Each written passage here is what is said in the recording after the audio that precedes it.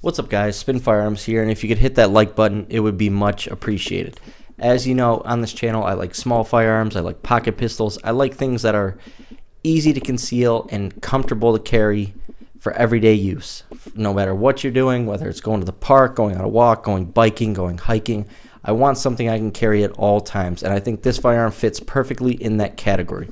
Now, it is a Ruger, so it is going to be cheaper, and from my experience with the Rugers is you can sort of feel the cheapness to them, I guess. They're not bad, but they do feel a little cheaper than a Glock or a SIG or an HK or Smith & Wesson even. Anyways, the Ruger LCP Max, like I said, fits what I like perfectly.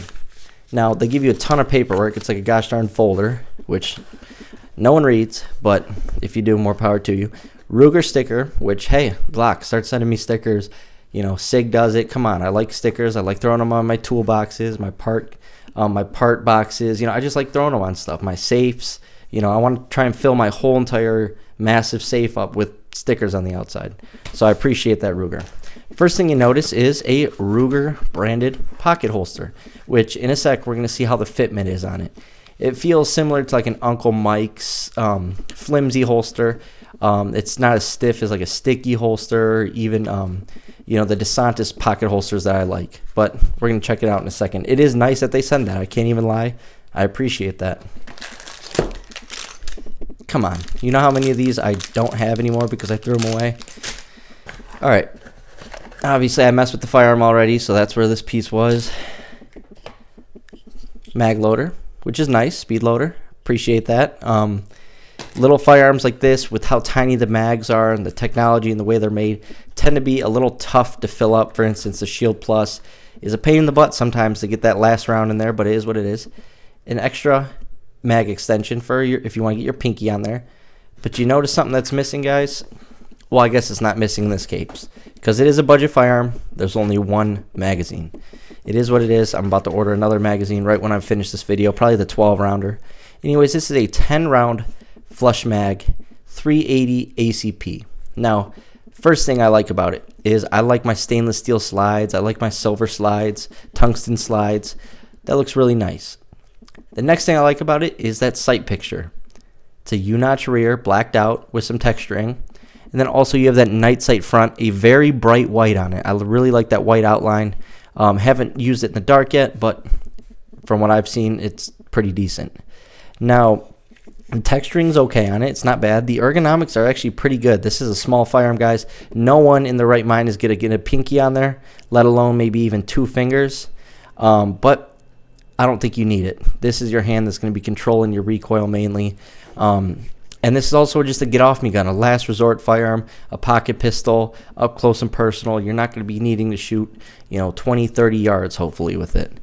Because in those situations where I know I'm going to be in an area like that, I prefer to carry my Glock 26 or a larger firearm than a pocket pistol, sometimes even both. But anyways, forward serrations on both front and back.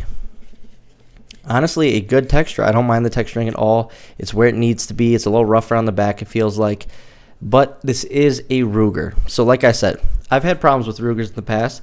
I've also had good experiences with them. I really like my SR9C. I regret getting rid of it. But like I said, it kept having malfunctions. And Ruger couldn't seem to find a solution for it. I've also had the Security 9, which was a pretty decent firearm. But for the money, I couldn't get with it, considering Taurus is out here. The malfunctions I was having with my Security 9, it is what it is. But I do like Ruger. And I was going to get the Max 9, but then I've also heard things about the Max 9. So here we are with the LCP Max. I know the LCP, people call them the little crappy pistols or whatever. They have a place in everyday carrying. That's just something light to throw on you while you're running errands, going to the mailbox, running up to the park, simple stuff where that you're probably not going to have an incident because you're going to be around nobody, or it's just going to be you and the kids, or whatever the case may be. But the thing feels good in the hand. I'm not going to lie, for how small it is pretty decent feeling. Now the trigger on it's actually pretty good. It feels just like the Security 9, maybe a little lighter. I know people had issues with the LCP trigger, not liking it at first. Then the LCP 2 came out, made it a little better. I feel like this is better than both of them.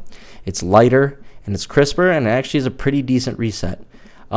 It's not the what do you call it? The best trigger pull in the world, but you don't want that on a pocket pistol. Honestly, I'm pretty impressed with this little thing. It is so light. It doesn't even feel real. And I know people are going to say, oh, why'd you get the Diamondback DB9 Gen 4? That is slimmer than this.